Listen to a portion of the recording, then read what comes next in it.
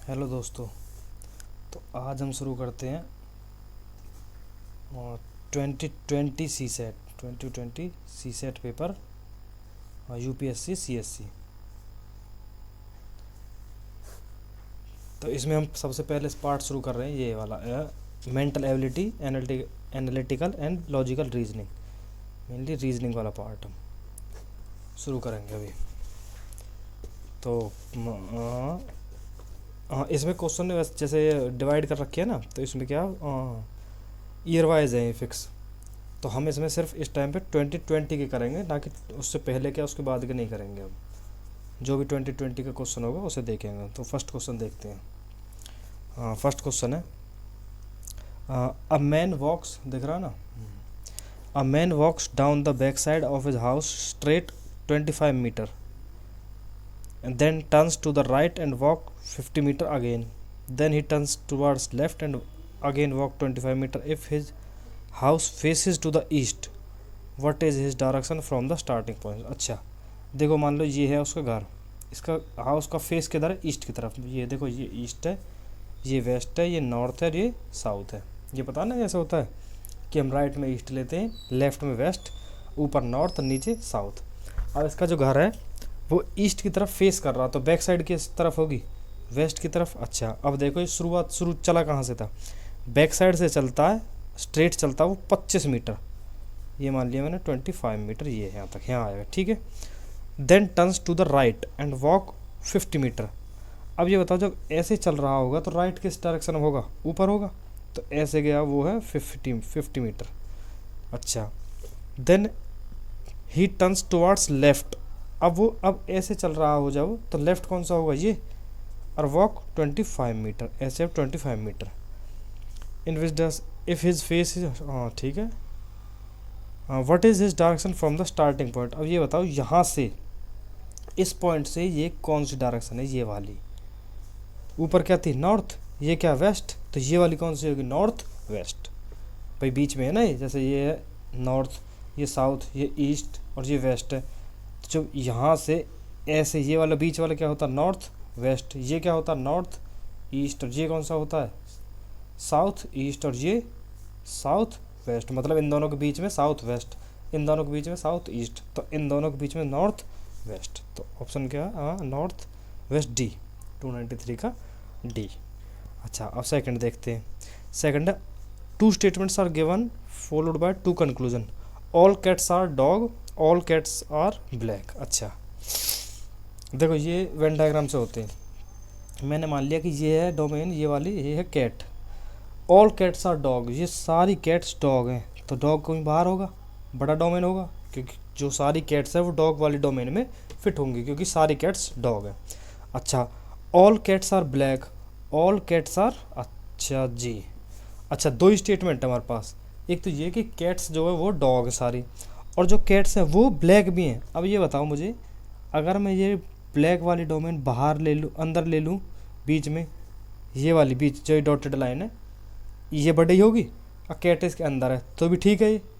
भाई all cats are black, ये वाला अगर मैं डॉटेड लाइन को ब्लैक वाले वो ले लूँ तो ये कंडीशन सेटिस्फाई हो रही है। अच्छा, अगर मैं इसको इसके भी बाहर ले लूँ ब्लैक को, तो भी कंडीशन सेटिस्फाई हो रही है ना दोनों तरफ से। तो देखो बात ये, कुल मिला के मैं ये कहना चाह रहा हूँ कि मुझे ब्लैक में और डॉग में क्या रिलेशन है मुझे ये नहीं पता। मुझे ये पता कि ऑल कैट्स, ये कैट्स है और ये डॉग है, डॉग की बड़ी है। एक तरफ ये होगा कि ये कैट्स हैं और ये ब्लैक है, ये होगी, ये दोनों कंडीशन सेटिस्फाई हो रही है। अब ये ब्लैक जो है वो डॉग की डोमेन में के अंदर आएगा या फिर बाहर जाएगा, ये नहीं पता। ठीक है जी, तो अब कंक्लूजन पे आओ। Some dogs are not black, क्या ये पॉसिबल है? Some dogs are not black. इस वाले केस में देखें हम, तब तो सेटिस्फाई हो रही है। अंदर अगर मैं अंदर ले लूँ ब्लैक को, डॉग के अंदर ले लूँ, तो कुछ डॉग जो बाहर वाले ये ब्लैक नहीं होंगे, सेटिस्फाइड है। लेकिन अगर ब्लैक मेरा बाहर आ गया तब तो सारे डॉग अंदर हो जाएंगे। जब ब्लैक ये हो गया, डॉग की ये होगी, तो अब बताओ क्या ये पॉसिबल है? Some dogs are not black, सारे ही डॉग्स ब्लैक हैं, तो ये कंडीशन गलत हो जाएगी। तो मैं कुछ भी कंक्लूड नहीं कर सकता, क्योंकि मुझे ब्लैक में और डॉग में रिलेशन पता ही नहीं था ऊपर, तो नाइदर कंक्लूजन वन और सेकंड, तो ऑप्शन सी।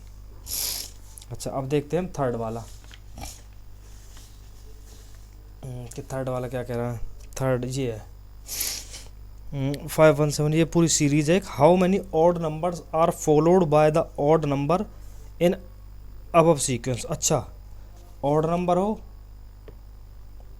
उसके आगे भी ऑड नंबर हो, ऐसे नंबर ढूंढने, ये तो सिंपल होते हैं। जैसे यहाँ पे सबसे पहले 5 हो गया क्योंकि उसके आगे 1 है, एक हो गया, उसके बाद 1 नहीं ले सकते, 7 ले सकते हैं, 5 हो गया और 7 हो गया क्योंकि उसके आगे 3 है, 3 को भी ले सकते क्योंकि उसके आगे 9 है, 9 को नहीं ले सकते क्योंकि 8 इवन नंबर है, फिर से 5 को ले सकते हैं, 7 को नहीं ले सकते, 3 को ले सकते हैं, 1 को ले सकते हैं, 5 को नहीं ले सकते। अच्छा जी, और उसके बाद 6 3 8 5 2 2 4 3 4 9 6, उसके बाद कुछ नहीं है, 2 2 4 2 6, 6 ऐसे नंबर बस यही है। ये मतलब ये ऐसे नंबर है 6 जिनके आगे जिसके नेक्स्ट टर्म जो है वो भी ऑड नंबर होगी। ये खुद आप ऑड नंबर सारे, और इनके इस सीरीज में जो नेक्स्ट टर्म है वो भी ऑड नंबर है, तो ऐसे ही वो निकाल लेते हैं हमें नंबर बस। वो कितने हैं टोटल, कितने हैं 6, तो ऑप्शन बी। ठीक है जी, कुछ भी तो नहीं है। अच्छा फोर्थ देखो। अच्छा ये है as 16th from the left end. अच्छा ये है लेफ्ट, इस यहाँ से 16th है ए, मतलब कि 15 से इसके आगे 15 होंगे तभी तो ये 16th बनेगा। अच्छा in a row of boys V is 18th from the right end. अच्छा राइट से वी जो है वो 18th है, मतलब 17 इसके बाद में है, फिर ये आता है 18th। ठीक है। अच्छा G is 11th from A towards right, A से 11th है, मतलब कि इसके बाद 10 होंगे, 11th पे आएगा जी। ए के राइट में, ए के राइट में चल रहे हैं हम, ये देख लेना कहाँ से जा रहे हैं वो। जी जो है वो है ए से 11th में और उसके राइट में, राइट में इधर जाएंगे हम, भाई लेफ्ट ये है एंड मेरा राइट ये है, तो ए से इस डायरेक्शन में चलेंगे हम राइट के लिए, और 11th है तो बीच में कितने हैं 10, तभी तो 11th होगा। अच्छा और क्या कह रहे हैं, and third from V towards the right end. अच्छा वी से थर्ड है उसके भी राइट में, तो वी कहीं यहाँ पे आ रहा होगा, वी इसके थर्ड है, इसका थर्ड है, तो इसका मतलब वी यहाँ पे 1 2 तभी तो थर्ड आएगा। ठीक है, वी ये हो गया, अब ये 1 2 और ये थर्ड है। अच्छा इसके भी वी के भी राइट में था, अब वी से इधर से टोटल कितने थे 17, 1 2 3 तो ये हो गए, बचे कितने 17 माइनस 3 14, जी के इधर कितने 14। आया कुछ समझ में भाई। देखो ए जो था वो लेफ्ट से 16 था, 15 छोड़ के एक 16, जी है जो उसके राइट में है 11th, तो इसके बीच में कितने टोटल 10। ठीक है जी, तो ये है 10 टोटल। अब जी है जो वो है वी के थर्ड, वी के राइट में थर्ड, तो वी यहाँ पे है, उसके बाद 1 2 थर्ड होगा, तो इसमें मतलब इसमें बीच में 2 है। ठीक है, जब एक अब वी के राइट में टोटल कितने थे 17, टोटल 17 थे ना, तो 17 2 1 2 और 3 ये हो गए, तो बचे कितने 14, तो 14 तो ये हो गए जो इसके इधर है, 10 ये हो गए जो इन दोनों के बीच में है, 15 ये हो गए जो इसके इधर है, तो 15 प्लस 10 प्लस 14 कितने हो गए 9 1 2 3 39। ए और जी अलग से हैं, 2 और ऐड कर दो तो 41, टोटल 41। अच्छा वी क्यों ऐड नहीं ऐड किया मैंने, क्योंकि वी ऑलरेडी इन 10 के बीच में आ चुका है, क्योंकि ए से जी के बीच में कितने हैं 10, अब उसमें वी भी ऑलरेडी आ चुका है, तो हम दोबारा से इसको ऐड नहीं करेंगे। ऐड कौन सा नहीं किया था हमने, ए और जी। भाई इसके लेफ्ट राइट में कितने 14, जी प्लस 1 हो गए 15, फिर ये कितने 10, 15 10 25, फिर ए 26, फिर से 15, ऐसे कर लोगे सर तुम 41, कैसे भी ऐड कर सकते हो तुम, फिर से 41 आ गया, तो 296 का बी। ठीक है, अब देखते हैं 297 का। ये 297 क्या है, ये क्या है। अच्छा स्टेटमेंट है C is younger than D but older than A and B. अच्छा सी जो है वो है यंगर देन डी, डी से छोटा है पर बड़ा है ए और बी दोनों से ही, ठीक है। अब इन दोनों में क्या रिलेशन है ये नहीं पता अभी तक, कि इन दोनों से ही बड़ा है सी। हाँ, डी इज़ ओल्डेस्ट, सबसे बड़ा डी है तो ये तो ठीक है यहाँ पे। A is older than B, A जो है वो बड़ा है बी से। तो अब पूछा क्या है, पूछा मेरे पास क्वेश्चन है ये, who among A B C D is the youngest, सबसे छोटा कौन सा है, उसके लिए कौन कौन सी स्टेटमेंट मुझे चाहिएंगी। अच्छा ये बताना मुझे, सबसे छोटा बताना मुझे। अब देखो मुझे ये पहली वाली स्टेटमेंट ठीक है यहाँ तक, ठीक है जी। ए बी सी डी ऐसे हो गया। अब मुझे थर्ड वाली देखो, ए ग्रेटर देन बी है तो ये हो जाएगा ए बी से बड़ा है और ए से बड़ा सी है और सी से बड़ा डी है। आगे ए बी सी डी में रिलेशन एक आ गया जो हमें चाहिए। तो सेकंड स्टेटमेंट की कहीं ज़रूरत पड़ी है कि डी इज़ द ओल्डेस्ट, वो तो ऑलरेडी पता था हमसे, पता चल गया था ना हमको पहली स्टेटमेंट से ही कि डी सबसे बड़ा है इनमें, ठीक है। तो कौन कौन सी स्टेटमेंट, सबसे छोटा कौन सा है बी, कौन कौन सी स्टेटमेंट का यूज़ करके पता चल सकता है S1 एंड S3, S2 की ज़रूरत नहीं है। अच्छा S3 की ज़रूरत क्यों है, क्योंकि C A और B दोनों से बड़ा है, लेकिन इन दोनों में कौन सा बड़ा है ये नहीं पता ना, तो वो कहाँ से पता चला मुझे, S3 से। तो कौन कौन सी स्टेटमेंट का यूज़ हुआ, S1 एंड S3। ऑप्शन देखो यहाँ पर D, S1 and S3 together are sufficient to answer the question, बस। अच्छा जी अब देखते हैं हम 298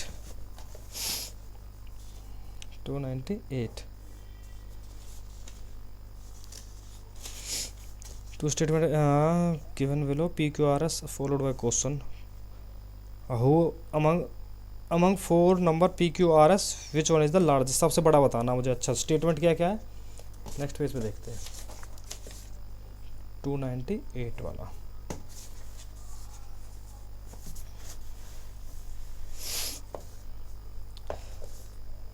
are greater than P as well as Q, R जो बड़ा है वो पी से भी और क्यू से भी दोनों से बड़ा है। S is not the largest one, S सबसे बड़ा है नहीं। तो अब देखो मुझे बता, हमें बताना क्या था, सबसे बड़ा ही बताना था भाई।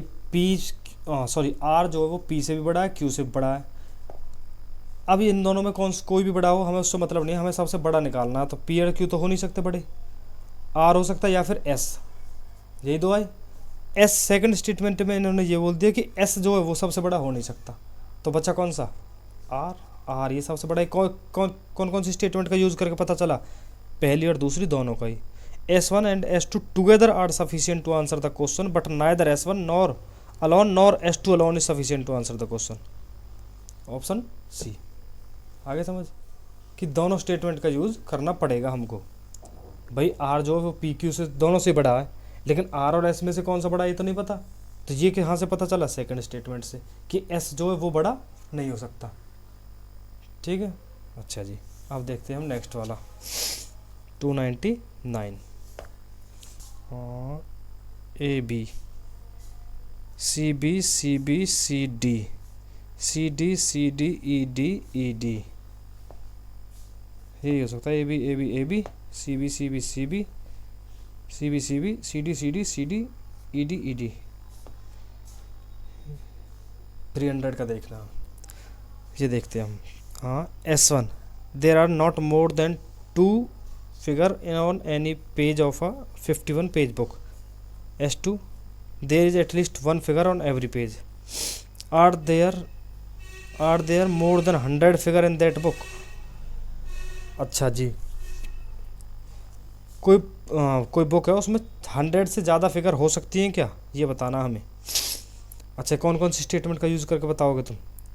देर are not more than 2 figures on any page, कि हर पेज पे 2 फिगर से ज़्यादा नहीं होंगी।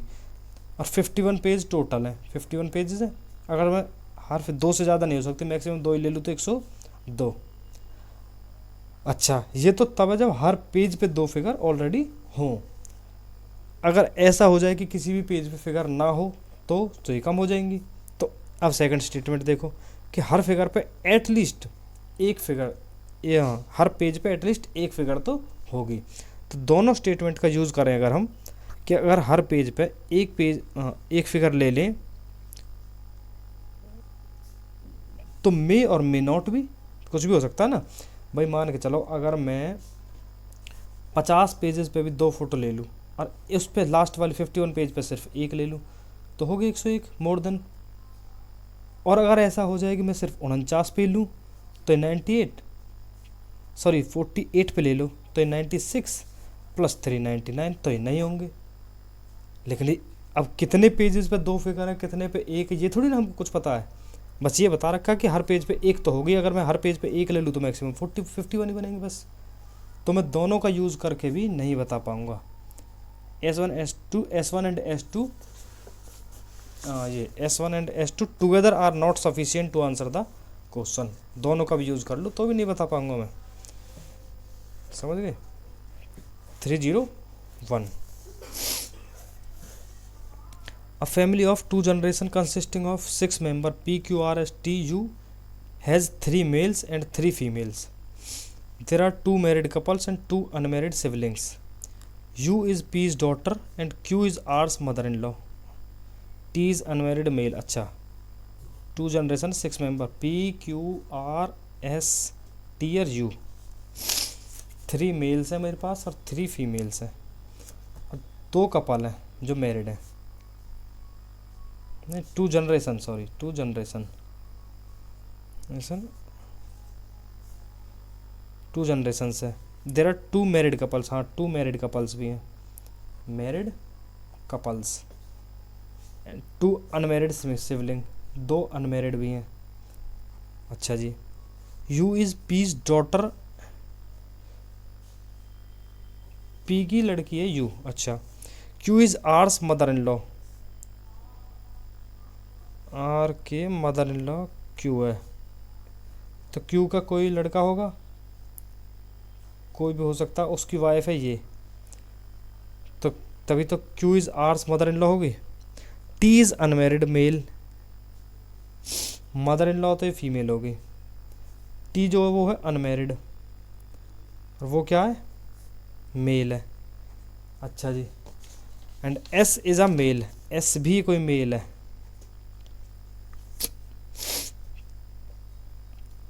Q is R's mother in law,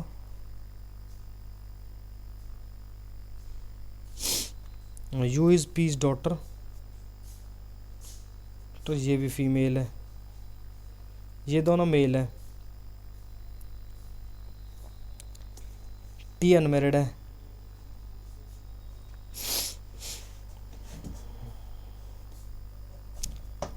family of 2 generations. अच्छा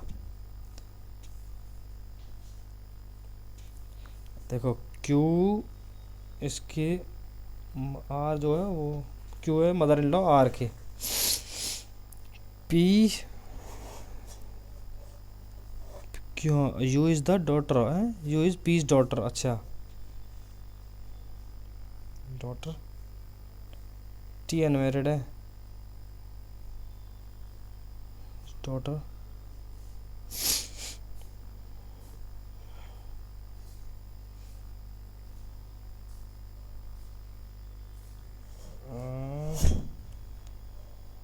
still you 3 married, there are 2 married couples and 2 unmarried siblings. P T unmarried, S there are 2 married couples, U is P's daughter, yes।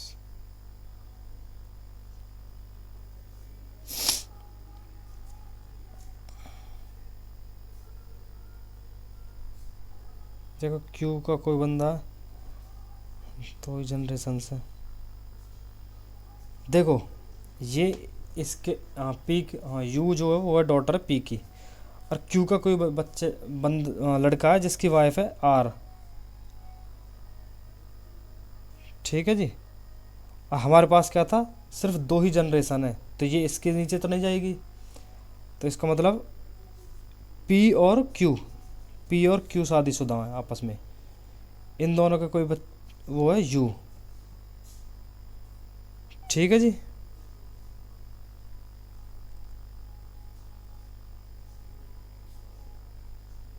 अच्छा और mail कौन सा, अब ये unmarried है, ये unmarried है, तो वो टी, इसका इनका टी भी है, एस ए है। कैसे आया अब ये देखो तुम, ये हुआ क्या है सब, ये तो ऐसे नहीं आएगा समझ। देखो पी है जो वो है यू की मदर, ठीक है। क्यू जो है वो है मदर इन लॉ आर की, तो क्यू का कोई लड़का है जिसकी वाइफ होगी आर। अच्छा अब ये बताओ मुझे, मेरे पास थी सिर्फ कि 2 ही जनरेशन होनी चाहिए। एक जनरेशन ये होगी, ये यहाँ पे कोई बंदा हस्बैंड होगा इसका, इनका बच्चे ये हैं, ठीक है जी, इनके बच्चे ये हो गए, जो भी होंगे यहाँ पे जो आएगा। अब एक जनरेशन ये और एक जनरेशन 2 तो ये होगी, तो इसके नीचे तो नहीं जाएगी। और ये क्या है पी, जो पी का लड़की कौन है यू, तो जब ये यहाँ से एक जनरेशन ऑलरेडी हो चुकी है, 2 जनरेशन, तो इसके नीचे तो ऐसे जा नहीं सकते पी यू करके ऐसे, तो ये क्या है पी यहाँ पे होगा और यू इसकी लड़की होगी, तो पी क्या हो गया हस्बैंड और ये क्यू वाइफ, ठीक है। क्यों, क्योंकि पी देखो 2 जनरेशन तभी हो पा रही हैं, एक जनरेशन ये होगी यहाँ पे हस्बैंड वाइफ, और एक जनरेशन ये होगी जो ये शादीशुदा ऑलरेडी है, क्योंकि ये वो क्या है मेरे पास पी क्यू आर एस और क्या था टी और यू। पी मुझे पता चल गया हस्बैंड है, क्यू मुझे पता चल गया ये रहा, आर मुझे पता चल गया किसी की वाइफ है, यू मुझे पता चल गया कि ये इसकी ऑलरेडी डॉटर है, ठीक है। टी मुझे पता रखा कि मैरिड है ही नहीं, अनमैरिड है, तो बचा कौन एस, जो कि एक में क्या था मेल, वो कहाँ होगा एस ये होगा जिसकी वाइफ थी आर, तभी तो आर जो है वो आर की मदर इन लॉ क्यों बनेगी, समझ गए, इसलिए हो रहा था ये, इसलिए सिर्फ हम 2 ही जनरेशन लेके चल रहे थे, इससे नीचे चेन नहीं बनेगी। तो इन मतलब कि पी और क्यू का लड़का कौन है एस, और इसकी वाइफ कौन थी आर, तभी तो आर जो है वो क्या है क्यू क्या है आर की मदर इन लॉ। अच्छा और इसका हस्बैंड कौन था पी, जिसकी लड़की कौन है यू। अच्छा अब देखो एक जनरेशन ये और एक जनरेशन ये, 2 जनरेशन होगी, टी कहाँ आएगा फिर, टी यहीं पे आएगा टी, क्यों यहाँ का इनका भी तो हो सकता है, तुम सोचोगे भाई टी इनका भी तो बच्चा हो सकता है, यही चीज़ मैं कह रहा हूँ कि टी इधर नीचे हम चेन बनाएंगे ही नहीं, क्योंकि हमें सिर्फ जनरेशन कितनी है हमारे पास 2 ही जनरेशन है, तो नीचे अब ये कौन सी जनरेशन हो जाएगी यहाँ लाएंगे तो थर्ड, हमारे पास कितनी सिर्फ 2, तो टी भी इनका ही है, ठीक है जी। अब देखो अब ऑप्शंस पे जाते हैं, आर इज यूज हस्बैंड नहीं, आर इज एस वाइफ, हाँ एस इज अनमेरिड ये भी गलत है, ये है ऑप्शन बी, ऐसे हो रहा है कि आर जो है वो है वाइफ है किसकी एस की वाइफ आर है, ठीक है। आ गया समझ में, ये था सोचने के लिए। अच्छा अब देखते हैं हम 302 को,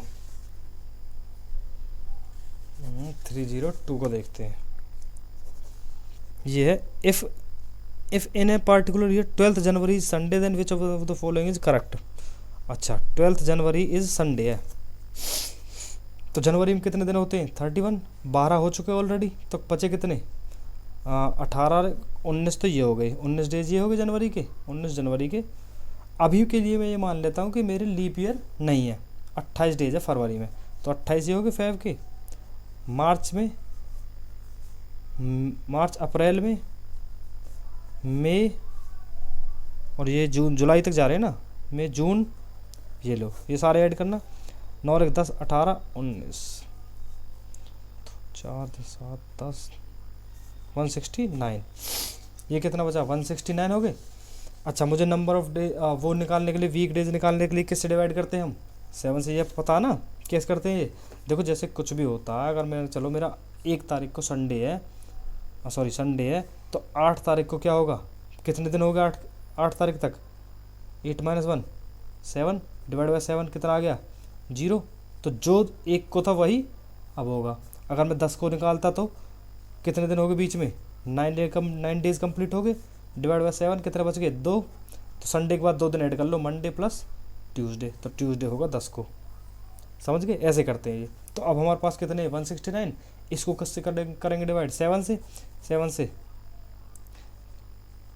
1 दिन बच गया। अच्छा 12 को क्या था, अब देखो 1 दिन बचा हुआ मेरे पास, 12 को था संडे, तो +1 करेंगे तो मंडे आना चाहिए, कब 30 जून को, लेकिन अच्छा एक मिनट, अभी मैं 12 दिन इसमें और ऐड कर देता हूँ, सॉरी 169 हो गए। ये तो मेरा जून तक हुआ है, 30 जून तक। मैं अभी 15 जुलाई तक 12 जुलाई तक जा रहा हूँ, प्लस में 12 और ऐड कर दो, 9 2 11, 181। इसको करेंगे 7 से डिवाइड। अब 181 को करेंगे 7 से डिवाइड।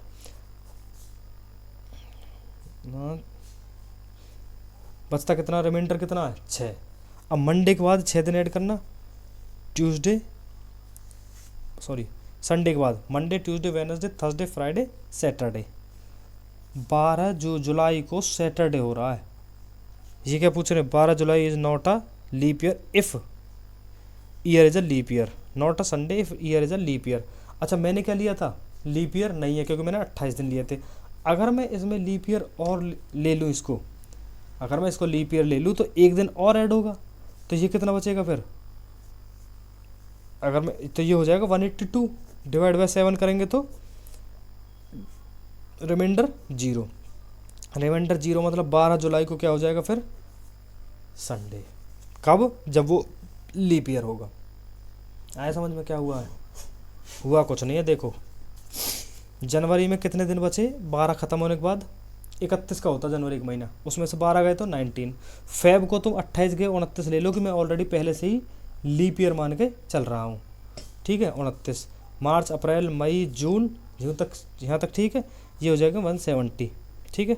अच्छा अब ले लो जिसमें जो भी इनमें से छोटा दिख रहा हो, 12 दिख रहा है अभी, क्योंकि 3 तो मैं बाद में ऐड कर लूँगा, तो वो हो जाएगा 182।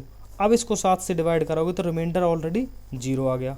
रिमाइंडर 0 तो जो 12 जनवरी को था वही 12 जुलाई को होगा। संडे था तो यहाँ पे संडे हो जाएगा जब लीप ईयर है। लीप ईयर क्योंकि मैंने ऑलरेडी लिया था, 29 डेज ऐड किए उसमें, ठीक है। 302 का सी। अब 303 को देखो,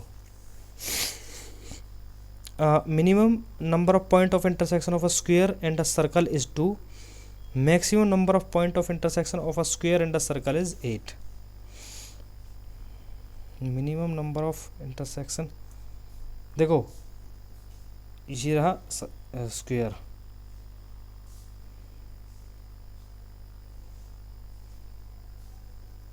देखो ये रहा ऐसे,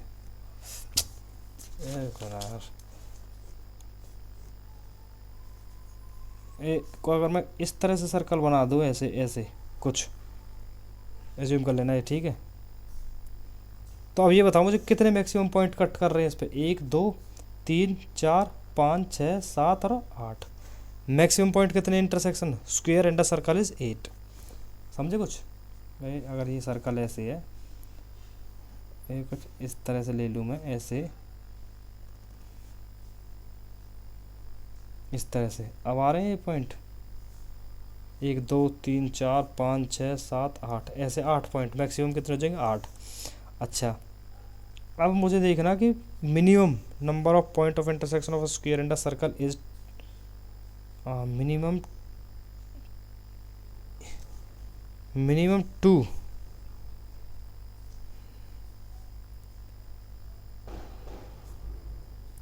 यार ऐसे लेंगे तो 2 हो सकते हैं, लेकिन अगर मैं ऐसे ले लूँ तो तब तो 1 हो जाएगा। इसका आंसर देखते हैं 303 का। मेरे हिसाब से तो फर्स्ट गलत होना चाहिए, 303 का ना, 303 का बी, हाँ सही है, 303 का बी। फर्स्ट वाली गलत है क्योंकि वो 1 भी हो सकता है और मे भी हो सकता है हम सर्कल को बिल्कुल यहाँ ले लें कि एक भी पॉइंट टच ना करे, ठीक है। तो वो जी कुछ भी हो सकता है, 0 1 कुछ भी, मिनिमम मतलब 0 हो सकता है। तो लेकिन सेकंड वाला तो सही है ना, सेकंड वाला मैक्सिमम तो 8, इसके इससे ज़्यादा पॉइंट इंटरसेक्शन इसके हो ही नहीं सकते, मैक्सिमम 8 ही होंगे। समझ गए, तो ऑप्शन बी। अब देखते 304 को। A letter A to Z are numbered from 1 to 26 respectively. GHI equal to 1578, DEF 912. What is the value of ABC? GHI, इसमें ABCD कहीं लिखिए क्या?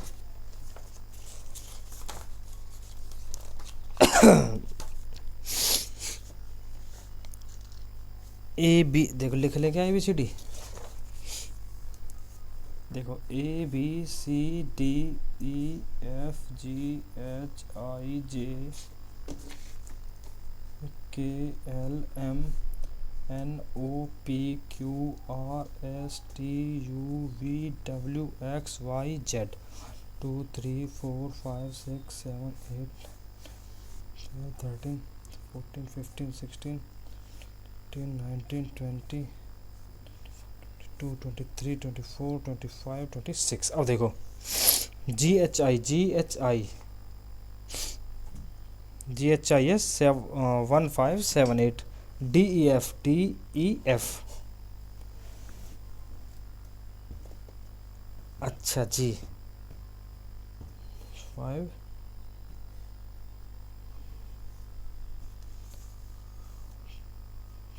3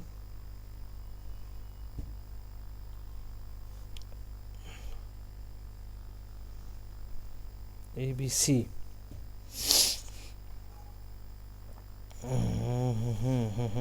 GHI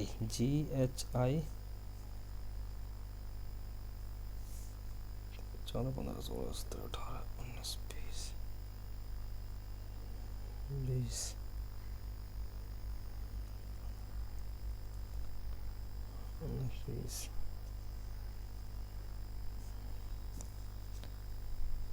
अच्छा 4 देखो जी कितना 7 8 9 इंटू 2 करना है इसमें, उधर 18 8 2 17 7 2 14 15। हाँ अच्छा मतलब कि ये जो नंबर है GHI 789 होता है, इसमें 2 से मल्टीप्लाई करो 1578 होगा। अच्छा DEF है जो वो क्या है DEF 4 5 6 इंटू 2 करोगे तो 912 हो जाएगा। ठीक है जी, तो ABC को इंटू 2 कर देंगे हम। ABC क्या 1 2 3 इंटू 2 6 4 2 246 246 D। ठीक है जी। अच्छा जी अब देखते हैं हम 305 को। A का B हुआ नेक्स्ट में, देखो A सब इसकी फर्स्ट टर्म देखो, फिर इस वाले की देखो B, तो ऐसे यहाँ पे M के बाद क्या आता है N से स्टार्ट होगा। ठीक है जी। C का क्या हुआ सेकंड टर्म का E, एक छोड़ दिया तो N का एक छोड़ के P, तो मेरा NP ठीक है जी। P का Q फिर से नेक्स्ट टर्म, तो G का H होगा NPH। एक मिनट P का S है, सॉरी P का S दो छोड़ के है, P का S दो छोड़ के, तो G का दो छोड़ के 1 2 J NPJ। थर्ड टर्म का क्या है P, उसके बाद इसमें थर्ड टर्म क्या है S। P और S देखो यहाँ पे कितने छोड़ रखे हैं, 2 टर्म बीच में, तो G के बाद 2 छोड़ेंगे तो J NPJ इसमें भी और इसमें भी। अच्छा Q का U 1 2 3 छोड़ी हुई हैं, तो I के बाद 3 छोड़ दो 1 2 3, बचा क्या M, तो ऑप्शन क्या हो गया D। तो ये सॉरी रीजनिंग के सारे क्वेश्चन कंप्लीट। ठीक है जी, जितने भी थे, कितने थे यहाँ तक, हाँ 1 2 3 4 5 6 7 8 9 10 11 12 13 क्वेश्चन रीजनिंग के कंप्लीट 2020 के।